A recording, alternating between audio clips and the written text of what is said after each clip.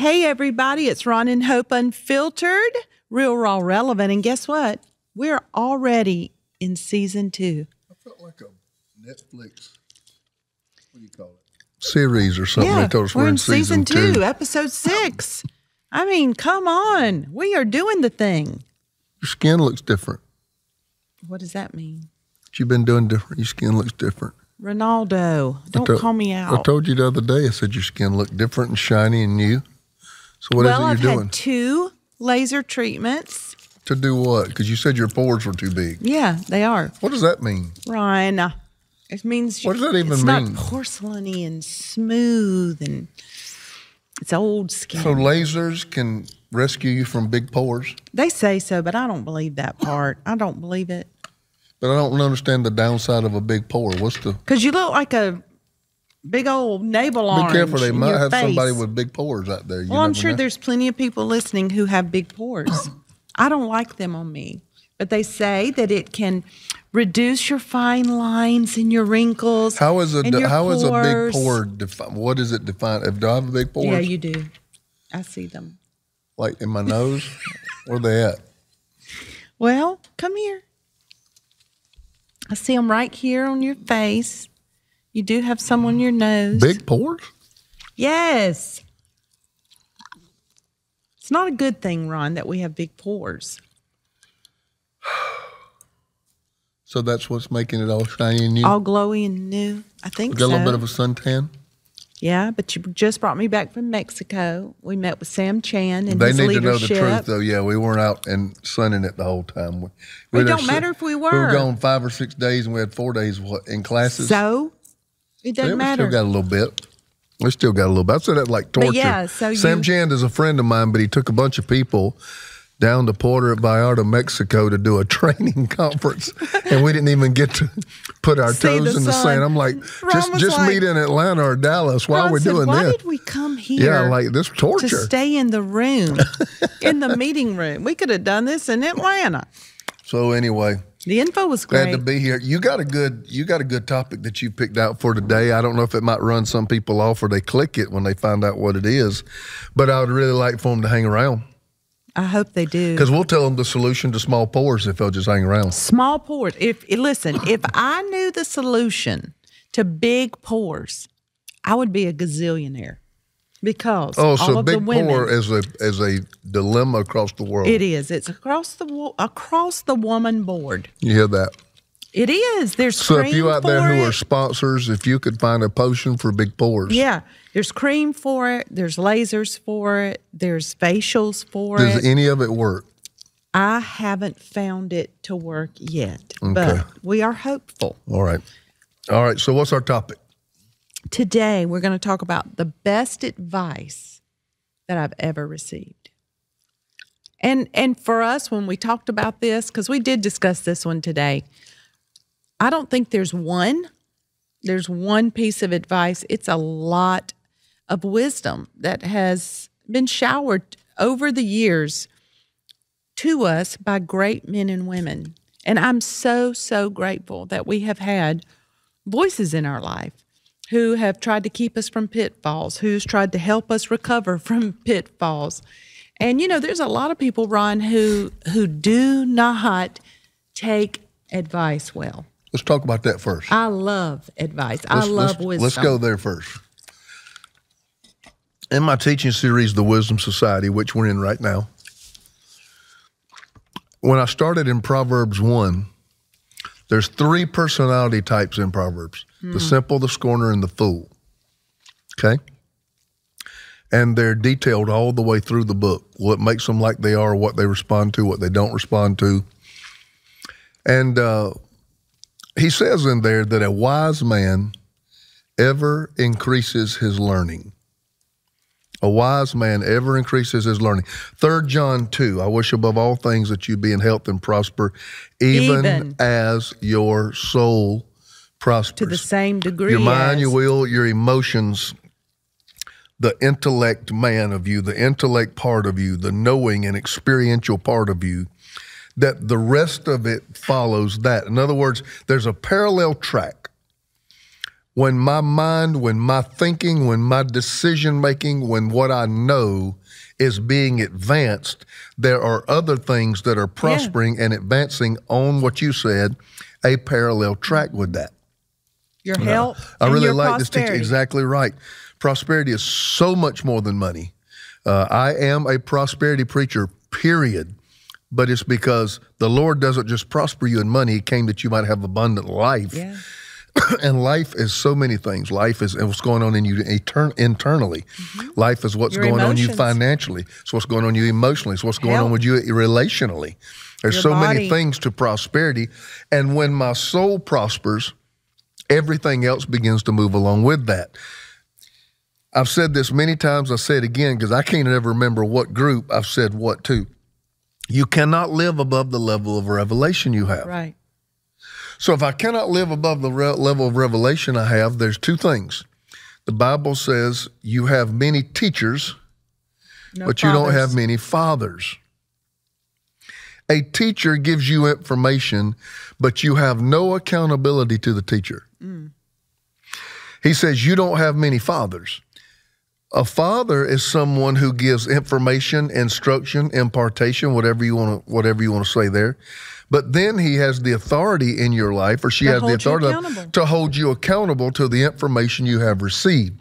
That's the gap that I'm seeing in this generation. Me too. Because they saw abuses in our generation, and they said, I'm going to fix my world and my bylaws and everything else where that can never happen to me. So you got people now that function isolated in a bubble. And when you're isolated in a bubble, you never have a real straight picture of reality.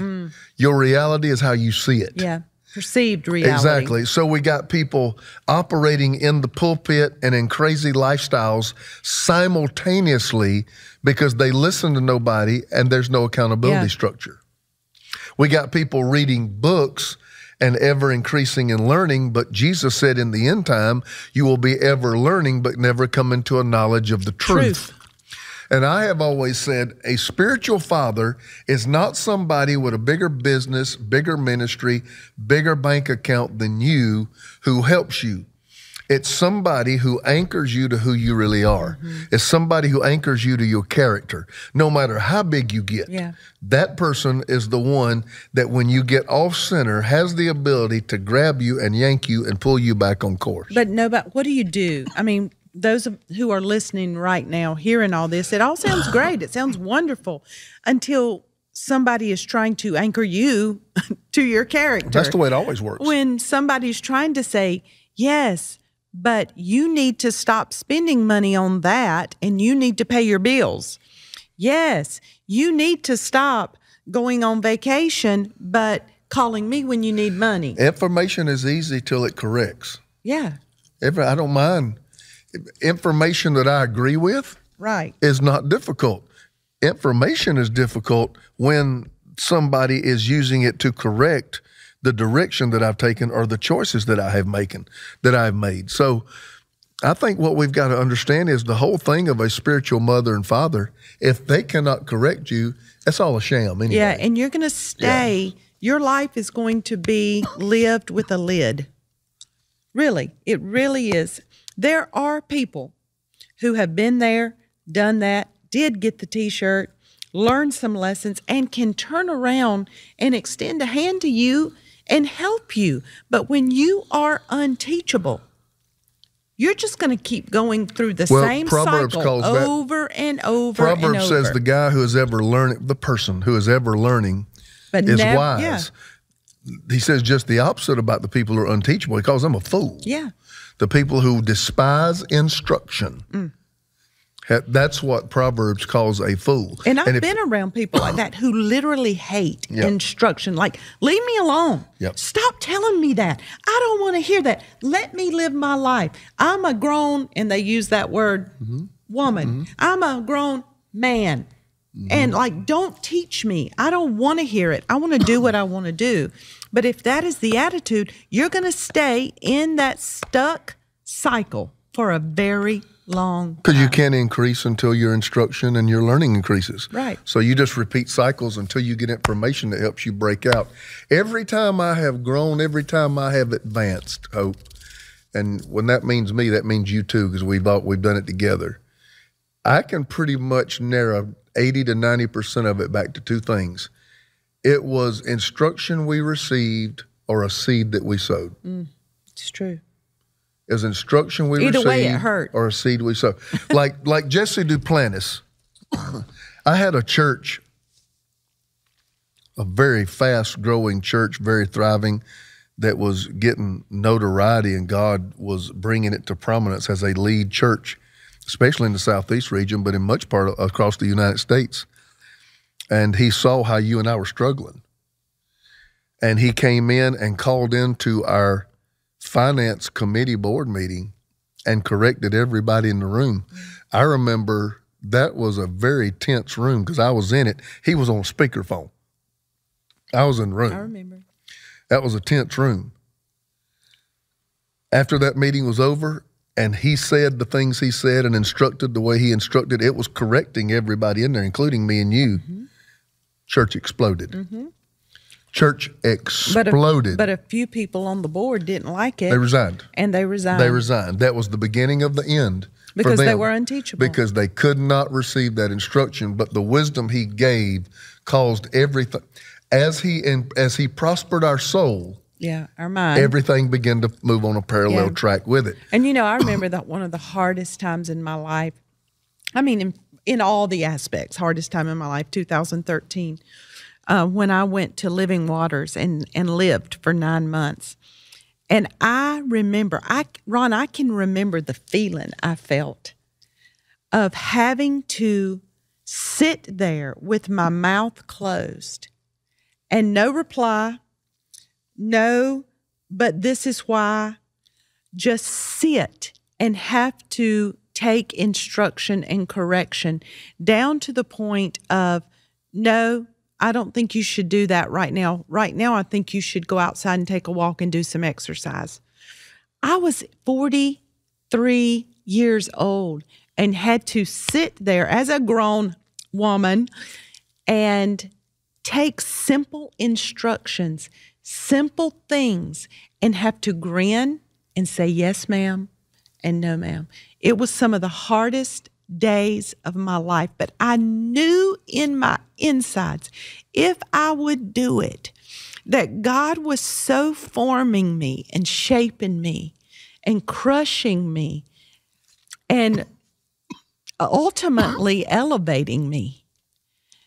The thing he was doing so deep in me just by learning to keep my mouth shut and say yes, ma'am, and no, ma'am, and take instruction. My life exploded and changed.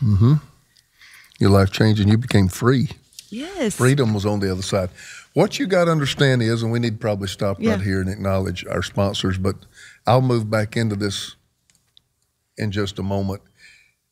Someone's instruction is to be cherished because their instruction has probably 9 out of 10 times come from pain. Yeah.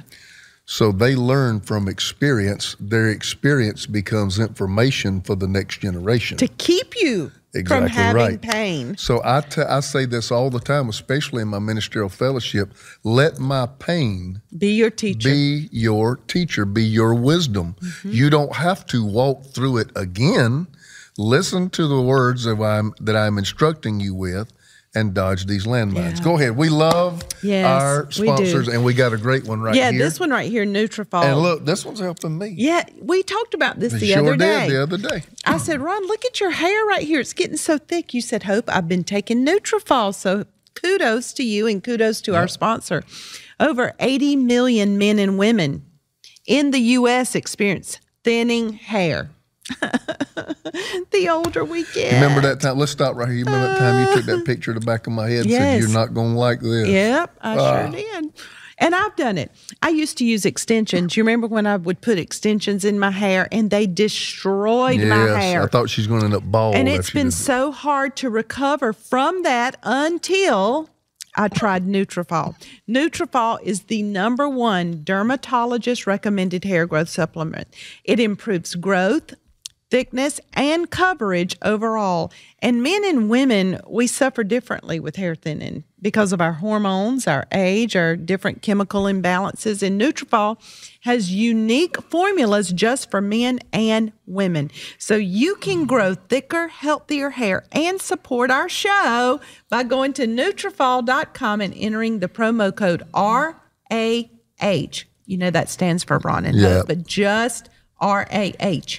To save $15 off our first month subscription. This is their best offer anywhere, and it's only available to U.S. customers for a limited time. Plus, free shipping on every order. So go to Nutrafol.com. That's Nutrafol.com and enter the promo code RNH to save $15 off your first month subscription. Thank you, Nutrafol. Really appreciate you guys.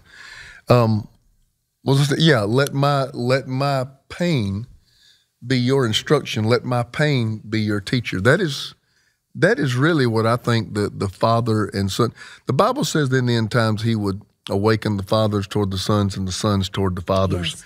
The fact is, everybody needs somebody that I say can yank their chain.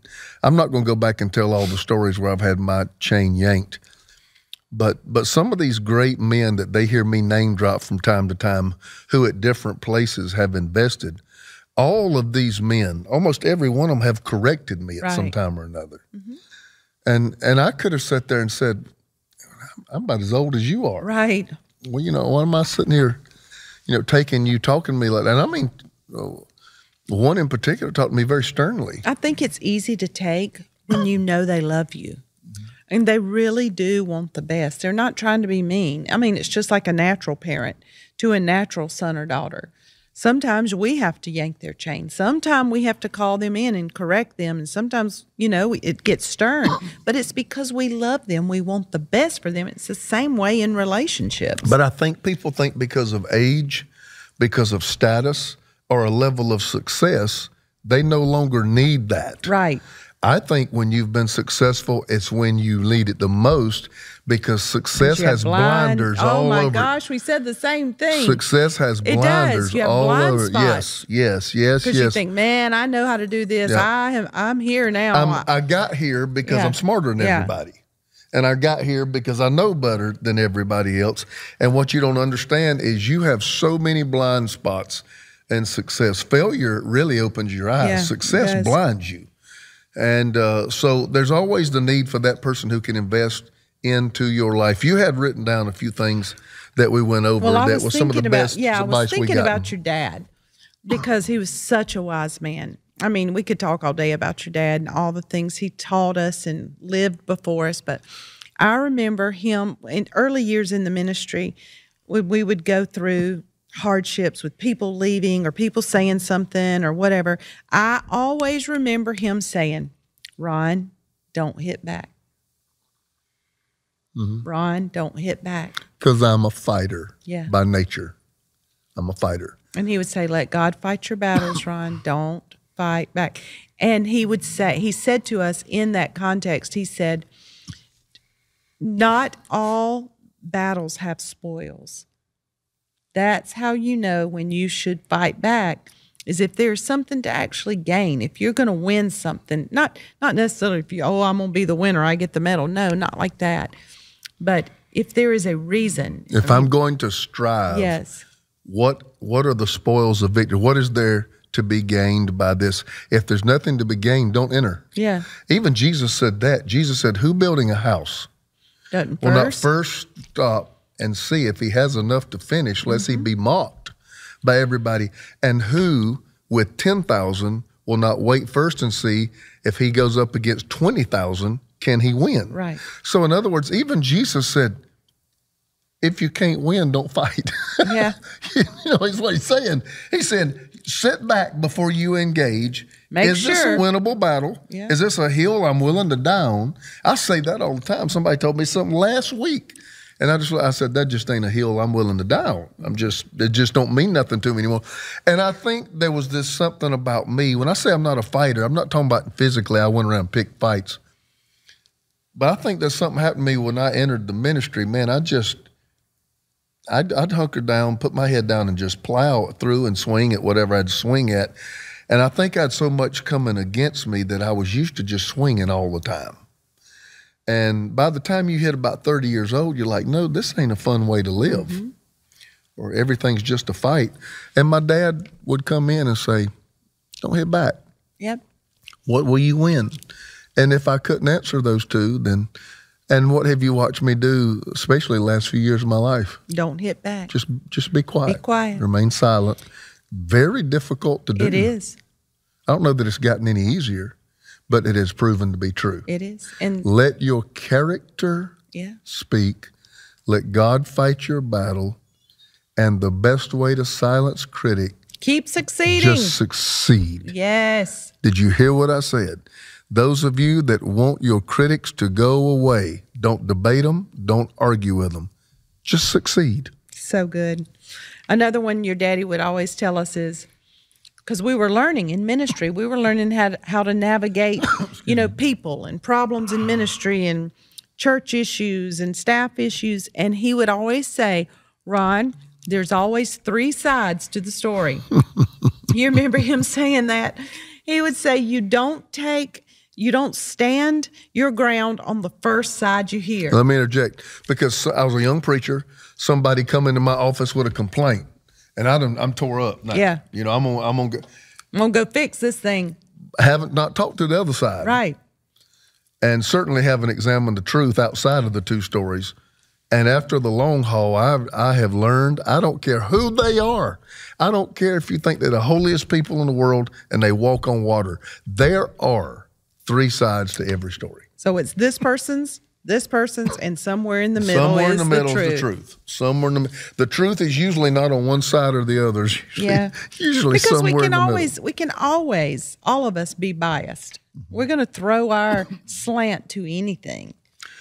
My dad, another thing, we didn't just come here to talk about my dad, but if you didn't get to know him, you missed something. He's a very, very intriguing, a very unique man.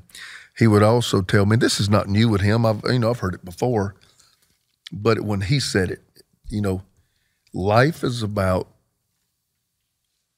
90% of the things you can control and 10% of what you can't.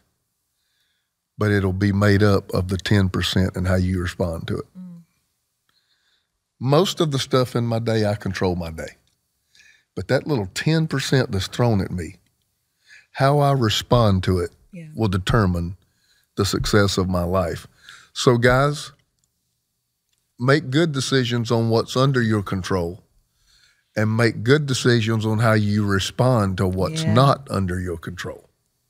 Very, very sound wisdom. Let's do somebody else besides my dad. John Maxwell. Yep. I love, and I have adopted this into the very fabric of my life, and it is always give more than you take. Mm-hmm.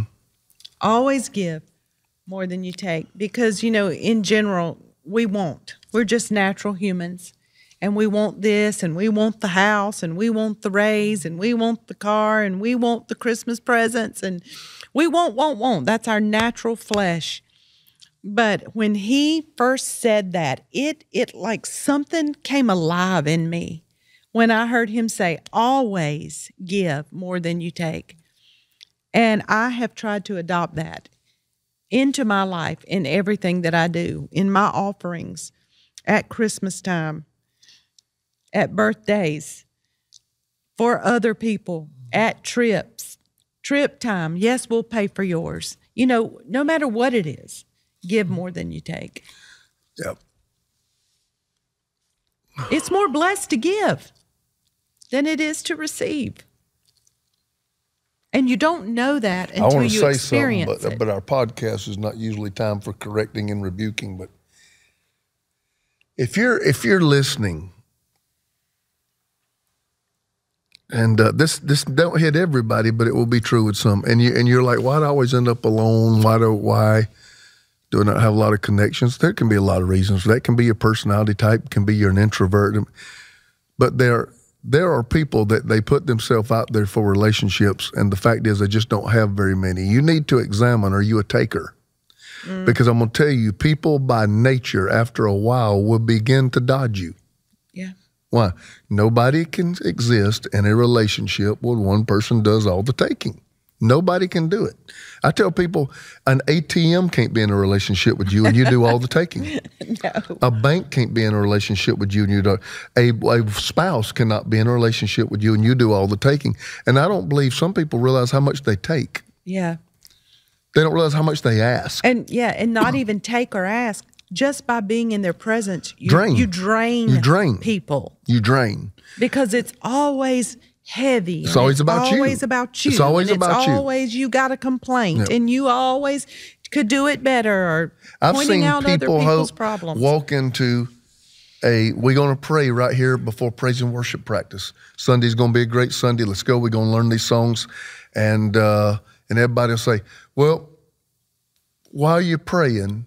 And just change the whole tone of it because they just took a whole rehearsal practice and turned it on their problem. Yeah, and these people are so needy they will go to different groups and turn all of it about them, which makes everybody by nature start dodging them and wanting to avoid them. And so if you feel like you're that person, everybody sees you coming down the aisle and they hurry up and go down the next aisle. Then you may need to examine, do I bring anything to the table? Am I a plus person or am I a negative person? I was going to talk about the plus person a minute ago. Try to be a person, no matter what atmosphere you're dropped into, you bring something to it. Yeah. You are the kind of person that will always be embraced if you bring an addition to the room you enter. If you go into a room and every room you enter, you pull from it and you make a demand on it, then you're the kind of person that will be dodged. And so always, always, always give more than you take. We got a few more and we got a little time running out. Let's see. What about don't apologize for being blessed? Who told us that? Mike Murdoch. Murdoch. Years and like ago. I said, I've always premised Mike Murdoch because I love him. Even to this day, I love him. Been a great mentor, but because he was so heavily bent on teaching people how to walk in the blessing of God, his name conjures up a lot of different responses. And so on purpose, because I don't want to alienate people I'm trying to reach, sometimes I hesitate pulling up his name. Now, he wouldn't apologize for what he does at all, and he never will. Well, I promise you this, he has taught us some amazing principles. And but that was one thing too, because when we finally did get to a place we could actually pay our bills and we could actually drive something that didn't stay on the side of the road broke down, and we could actually take a trip and stay somewhere a couple of nights and have a nice dinner. And you could buy me something nice. Yeah, I felt bad. I did feel bad. I don't think you felt bad. Let's be honest. You didn't feel bad. You were just afraid of what somebody would say. True. You didn't feel bad about it. We knew we weren't doing anything wrong. I'll take that correction. Yeah. I think you just were so afraid of what somebody was going to say. And I was we were an outreach church, and I was amongst a very needy people all the time that I loved and cherished and wanted to see their life elevated. But in the process of trying to elevate everybody else's life, God elevated ours. Yeah. And I wanted to take that and hide it. I remember one of the first nice cars we ever bought. Oh my gosh, I called it Night Rider. Yeah. I literally because called you the would car only take it out and drive it at night. I didn't want anybody to know that I had it. Oh. And then Mike Murdoch. That would make me so mad. Yeah, Mike Murdoch. And I will say this, she didn't share a lot of those same problems. They were hang-ups that I had. However, it was the early 2000s that he began to just slowly come into our life, and he never sat me down and talked. Yeah. But he would just throw stuff out there. And he told us, he said, why would you be ashamed to be blessed? Why would you apologize for being blessed when it's the principles that you preach to everybody else? Exactly. And In other words, he made us question. He said, do you really believe what you're preaching? He says, the same stuff that you're trying to get to bless everybody else, it has to be able to bless you too. Right.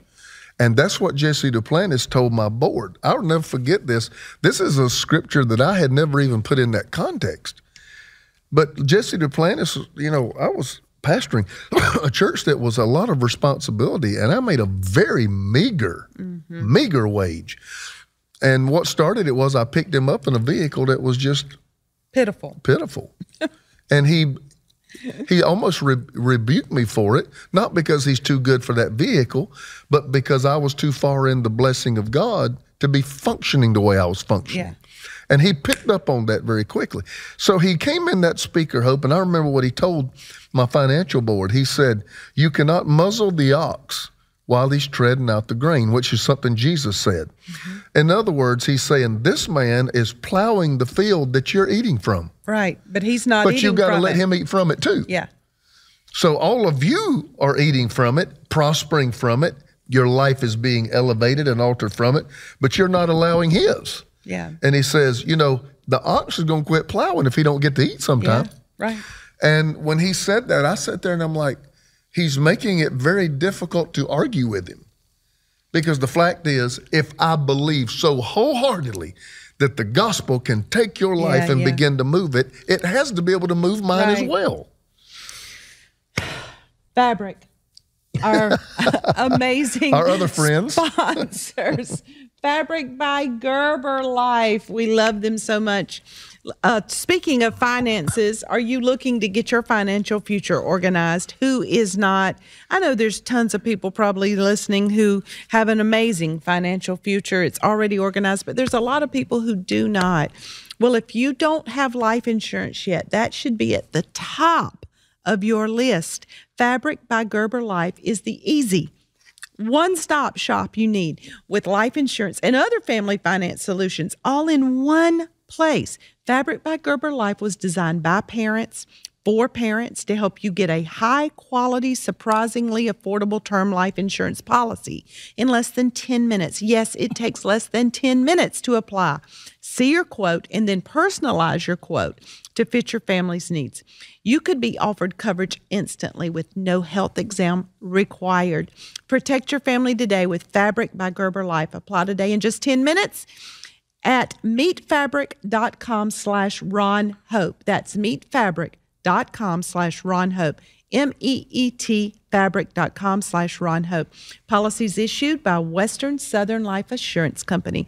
Not available in certain states. Prices subject to underwriting and health questions. Yep. Love these guys. Thank you.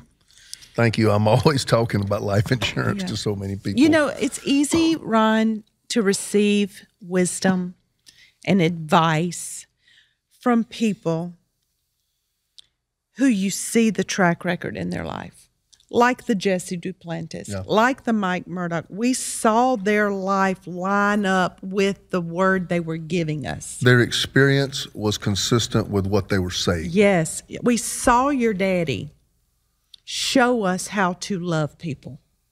We saw his life.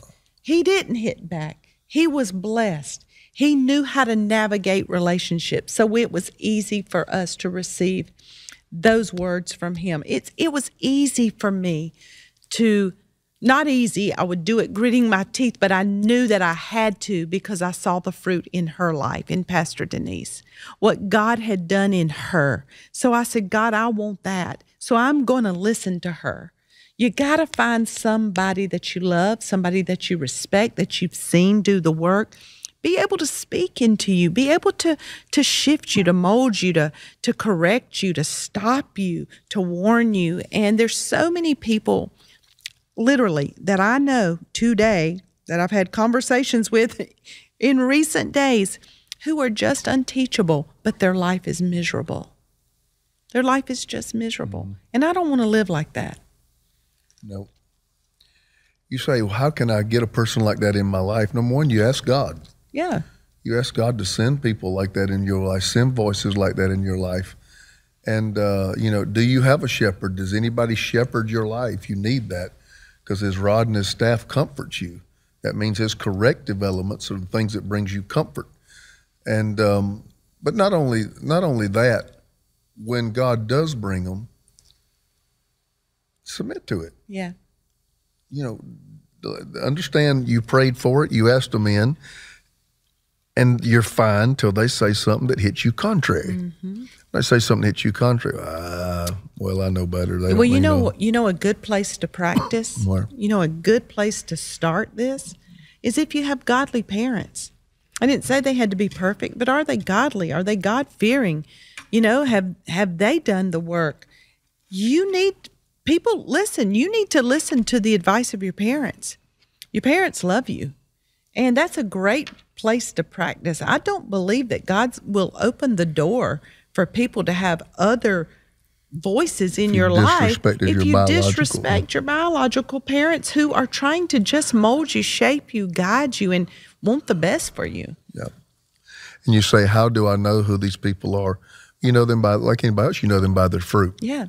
Like what she was talking about, we watched their life and the things they would tell us, we saw these things happening in their life. Their life was consistent with that. Last thing we want to say is to forgive quickly. Huge. Forgive quickly. Forgive quickly. Don't let the sun go down on your wrath. I'm a processor. Mm-hmm. You've learned me. You can tell how you work with things. When I get done wrong, I had something I had to process the other day. We got some news that was 180 degrees from what I had previously heard. And I told you, I said, give me a minute. I said, I got to be mad for a minute. But the Bible says, be angry and do not sin. It don't tell me to never feel anger. The fact is, God built me to feel angry. And but you got to deal with it. I felt somewhat misled. I didn't feel lied to, but I felt somewhat misled. And I just told you, I said, I'll get rid of this. I said, I just need a minute. I need a minute to flush it. And usually by the end of a day, unless it's just a profound wound, I can get something flushed out of my system and I can literally go on. But as you get older and your days become more precious, you realize more than ever how unforgiveness does not benefit you on any level. No. It keeps you in bondage. Right. So for forgiveness frees who? It frees me. Frees you. Yeah. And the scripture, don't let the sun go down on your wrath, that's just showing you have to move on it quickly. You got to deal with your heart and your offense quickly, because the longer you let it sit and fester, that's exactly what it does. It festers. It gets worse. It begins to grow and take root. It plants. It takes root. I don't know if the Word of God meant that literally or figuratively. Some things are symbolic in the Bible. Some things are literal. Literally, don't lay down until you have dealt with that thing. I believe it may be literal. I believe there's something about being able to rest with unforgiveness. Woo. There's something not healthy when you can rest. I think then it begins to plant, and it can be very easily from that point become a root system in your life, which brings about a whole nother set of problems. So I think he does say, when you feel that offense, when you've been offended. When you feel that offense, it needs to be addressed quickly, and it needs to be dealt with as quickly as you can. I address it quickly, but it takes me a minute to flush it. Yeah. I don't know why. I used to say, Ron holds grudges. He don't hold grudges. It just takes him a minute. I just got to walk it off. to walk it out. Hey, got to get it out of your system. I'm gonna credit you. You don't have a lot of close people to vent to. That usually comes out on you. You usually have to hear me getting rid of it, and you do graciously. And I don't ever come to you, I don't think, and want you to fix it. But you're my sounding board. You're my sounding board. I got to get it out. And you'll sit there and graciously let me do that. And if it's gone too long, I will tell you. Now, Ron, we need to bring an end to this and just go ahead and get it out of our system. But I'm just being very transparent with the people that are here. I don't usually have long-term grudges, but it usually will take me a minute, because I have to I can't believe they just did that. Wow. And I just got to. We've had some amazing people in our life, haven't we? Kiss off. To speak into our life and to give us wisdom and to help pull us out of holes and to give us great. Let me give one more. Yeah. Let me give one more. Tommy Barnett. I try to do this without crying. We'll end on this one. Tommy Barnett, back in the 90s when we were starting, there were probably only 5, hate the term, mega churches in America, maybe 8. And he was one of them. He was doing it when nobody did. A church that held 8,500 people, and he was having multiple services. Phoenix, Arizona. Just a renowned church builder, a magnetic personality. and always made you believe big. Yeah. He just, when you got around him, he just made God so big. And you just felt like, man, I'm not believing God for anything, you know. And 30 years have passed. Almost, about 25, 26 years have passed. And he was a 60-year-old man when he came to our church and gave us a bigger world to look at. And I saw him at a meeting, and I told you I ran down to the front because I just wanted to speak to him, because I literally have not seen him since that time he brought such a multiplication to our church. He turned around, he knew exactly who I was, said, Ron Carpenter, and he put his hands on my shoulders.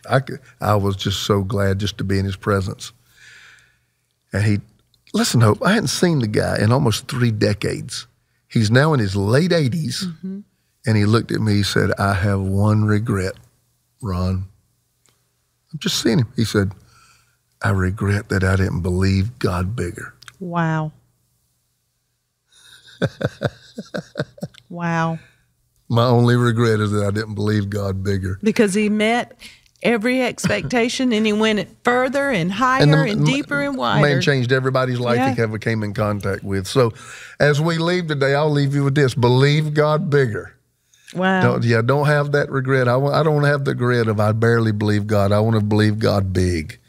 And if I swing, I want to swing short of believing God big. So you know what I'm talking about. We love you guys. We do. We sure do. And we appreciate you sharing this time with us. And I hope some of the things that have been spoken in our life, we've turned around and been able to speak into yours. A lot of it was with stories, a lot of it maybe with comedy, but there's some stuff down in there in what we said today. So take those things to heart. And if you love Ron and Hope Unfiltered, please share this with all of your friends and family on your Facebook, on your Instagram. Download it. Yeah, you got to follow us. You got to subscribe. And be sure to like the YouTube videos, like and subscribe and share. It sure does help get the word out to so many people. Until next time. Love you guys.